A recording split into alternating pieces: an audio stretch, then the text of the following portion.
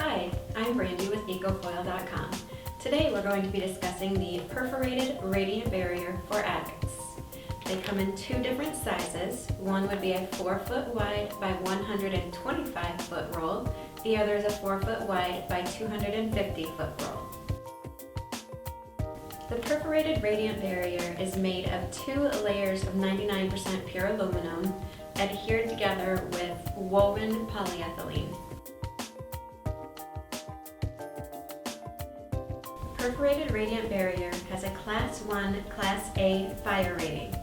It reflects 97% of the heat back towards the source. It does not enable mold or fungi growth. The pinpoint perforations prevent condensation and increase airflow.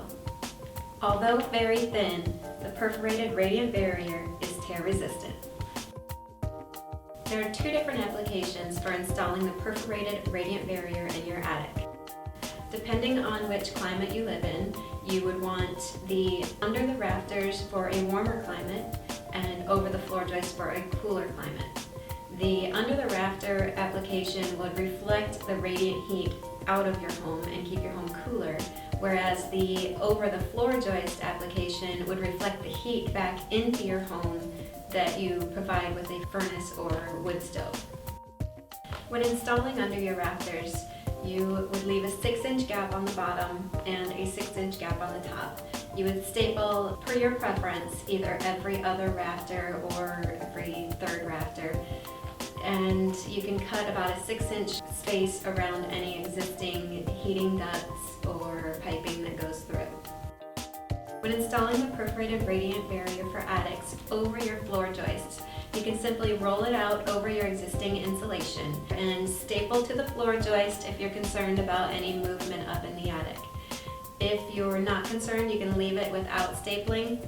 If you are going to be putting storage in your attic, you can put plywood over top of this, but you just need to leave an airspace.